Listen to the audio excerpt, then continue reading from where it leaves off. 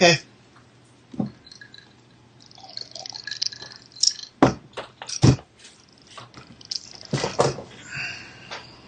I've got a loose arm on my chair. Or Jeremiah's chair. I'll be right back. Okay.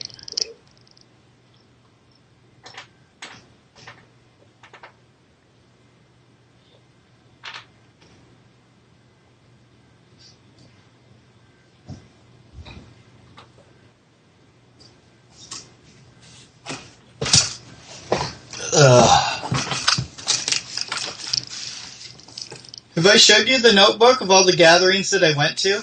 Oh, that'd be a nice thing to show. This is a video call. Okay. All right. Ready? Sure.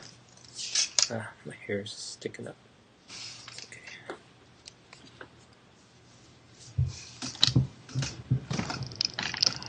Okay. Hey, DJ Chuang here, and today I'm with Jeff Dunham.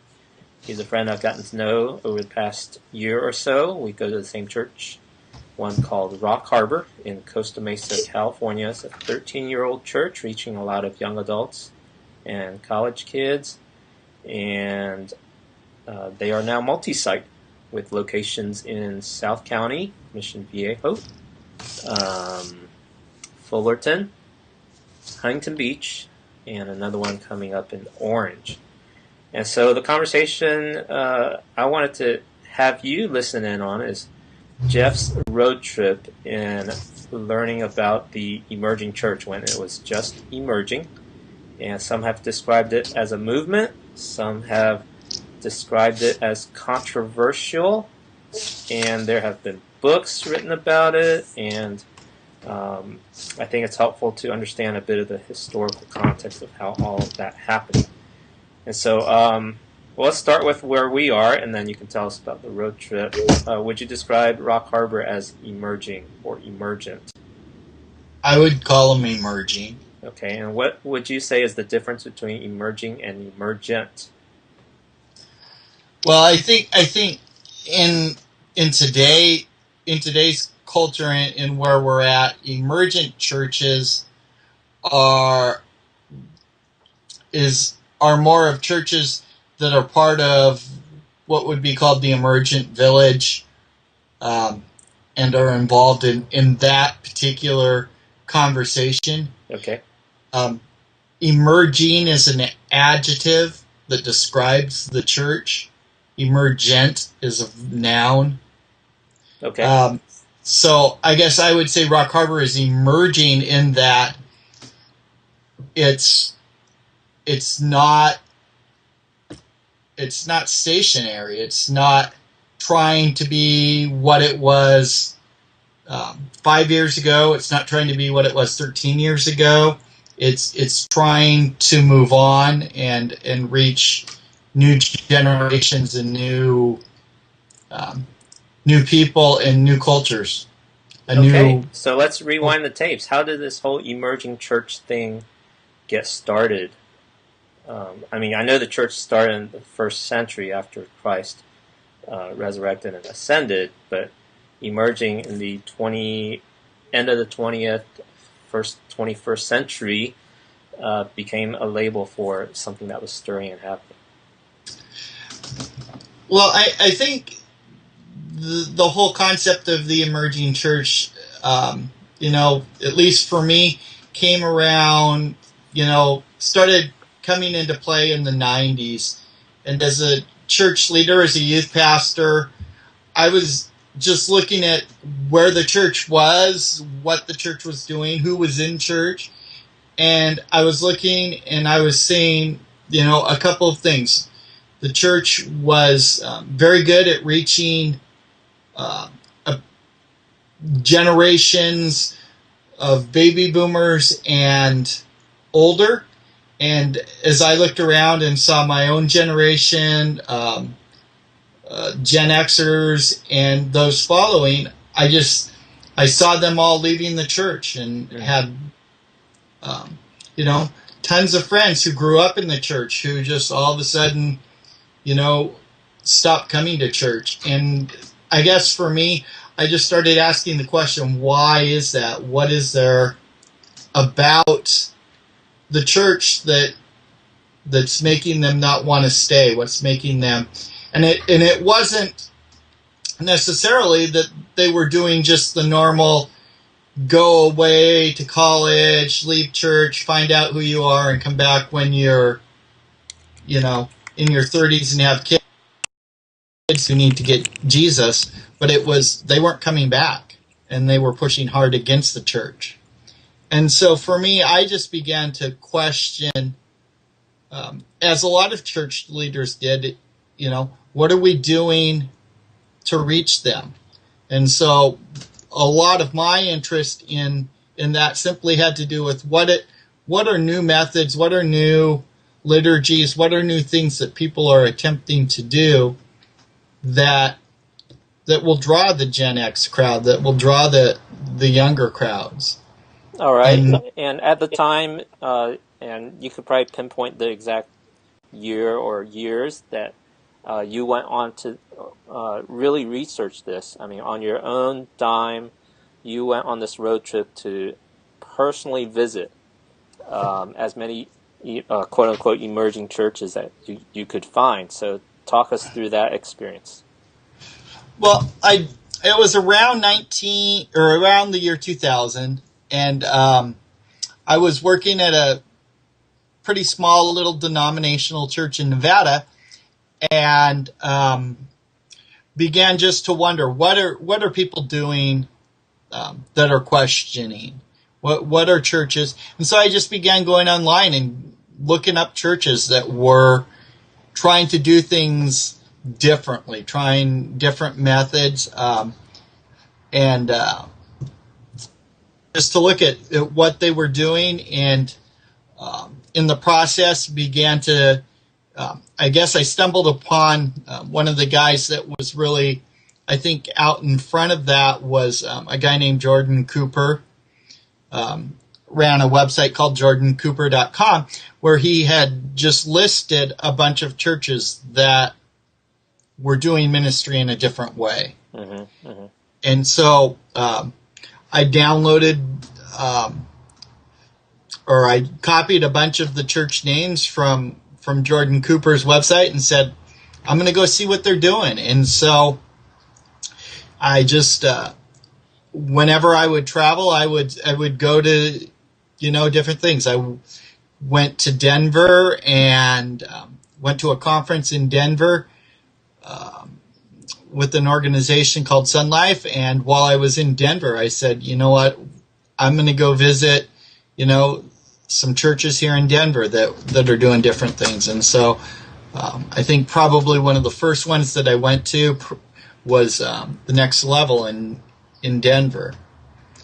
And then I just began looking at different churches on the West Coast and began looking, saying, what are different churches? And so over Christmas break, we would go to the San Francisco Bay Area and wound up visiting, I think on one weekend, I visited 6 churches. Awesome. That would be a great weekend for me too when I get to do that.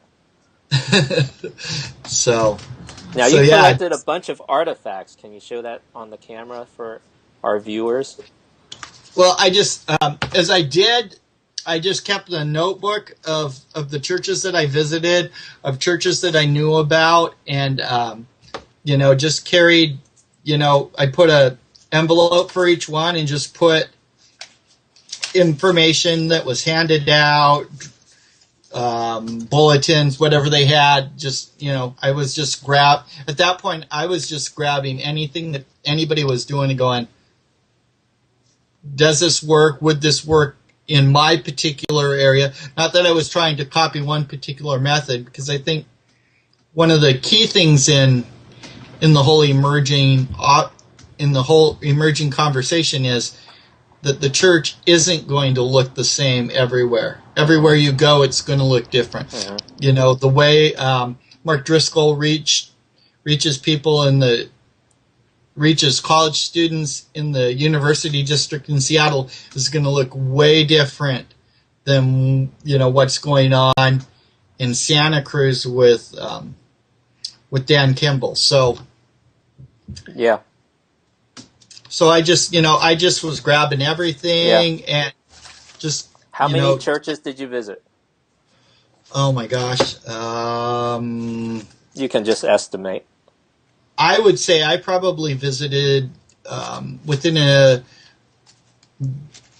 18-month period. I probably visited 15 to 20 churches.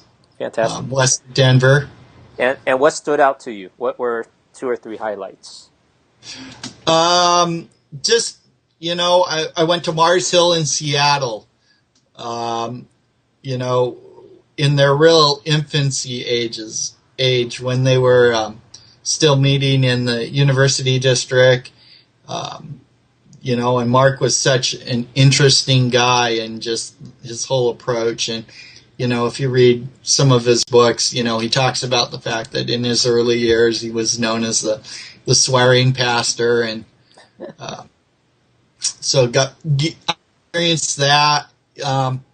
I went to Dan Kimball's church in Santa Cruz before he left and started Vintage Faith, when they were still just a church within a church plant, and that whole idea of planting a new church that was totally different was absolutely fascinating to me, in how that worked, and in the way leadership worked. And so those were ones. I went to Imago Day in Portland when it was super young and just starting, and just all sorts of churches. Apex in Nevada.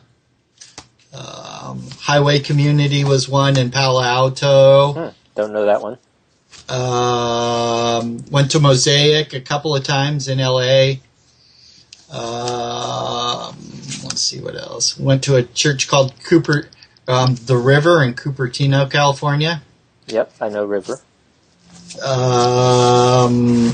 Real Life in Los Gatos was more of a denominational effort at a conservative Baptist church. Just a lot of different places. Went to Epic Church in Fullerton when it was.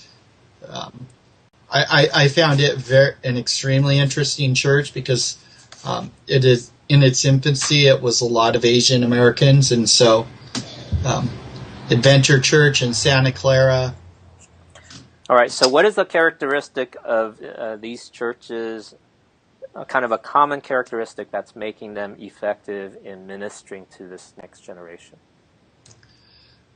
I think part of it was, certainly music is a big part of reaching the next generation. These churches weren't afraid to push the envelope when it came to music, to the extent that some of them even had loud, what would be deemed secular music playing, as you entered the church, and just trying to connect with the next generation. And music was definitely one of the key elements there.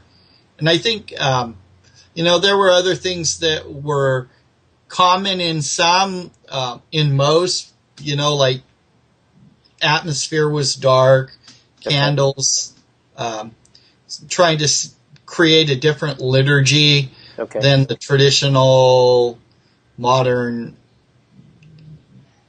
church liturgy that probably most people grew up in. Sure. I think, for a lot of people that, like me, that grew up in pretty conservative evangelical churches, the idea that these churches were more open to different things was kind of amazing to me at the time, I guess. Well, speak a little bit more about that, because that's where emergent church gets controversial from some of the more conservative evangelical churches, and books have been published critiquing the dangers of emerging church. So what's up with that? Well, I think for me, when I say that, I guess having grown up in a pretty conservative background, the idea of God speaking, of spending time in silence and listening to God's voice, those kind of things.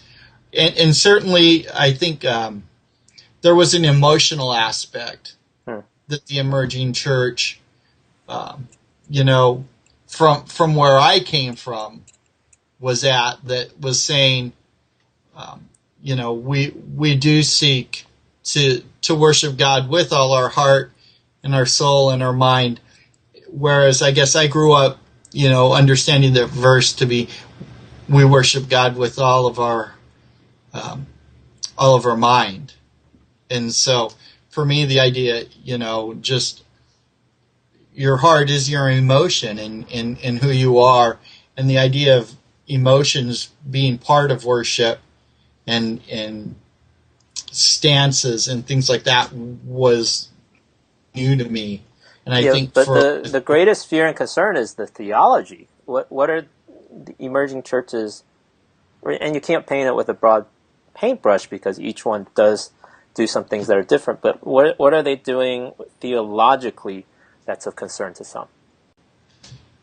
Well, I think what happened was you originally had churches and leaders who were, who grew up like I did in pretty conservative fields, and then they came to a place at which some began to say, we need to change the way church is.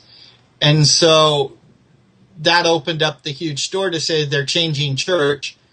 And certainly that's where maybe some of the lines have been drawn theologically, is there were some within the emerging movement that were looking to change more than just the method by which we do church and by which we proclaim the gospel. They actually wanted to change what the gospel was or what it said. And I think that's where the emerging church as a whole has taken a hit, is people have come alongside and have seen that some are saying theology needs to change. And I think that's been an unfair condemnation of the emerging church, when a lot of guys weren't necessarily in it for changing the theology. They were in it for changing the method. And yet you had some coming in saying, well, everything's up for grabs now. Everything, is up for discussion. And let's, and not that questioning theology is a bad thing, because I think that it is a good thing. I think that's a positive thing. That's how we got the Protestant Revolution, Reformation. The Reformation, that's the word. That's how we got the Protestant Reformation. We might have an emerging revolution. Who knows? Exactly. But, Luther questioned theology, and not that that's bad, and I'm not opposed to that. But it's when we question theology and want to change theology and change what God's Word says simply because we need change, that I guess I question, if there truly is something, as we discuss theology, that says, hey, this is really what God's Word says, and it becomes really apparent, then, certainly we need to change our theology. But to change our theology for change's sake is where I guess I push against, what's happened there. All right. Any closing thought about your whole experience with the emergent church? I don't know. I guess that my experience, because I'm a person who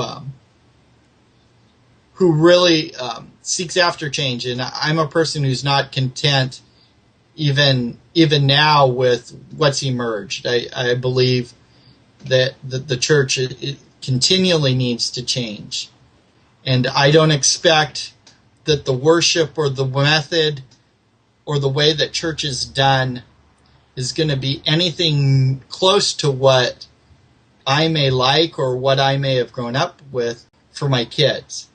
And I'm okay with that. Whereas I know a lot of people struggle with the church being for themselves or for their generation. I think the church continually needs to ask the questions. How do we proclaim the gospel to the culture we live in? And then seek the best method to proclaim that gospel. Well said. Thank you, Jeff, for taking a few minutes to share your thoughts and experiences. Sure.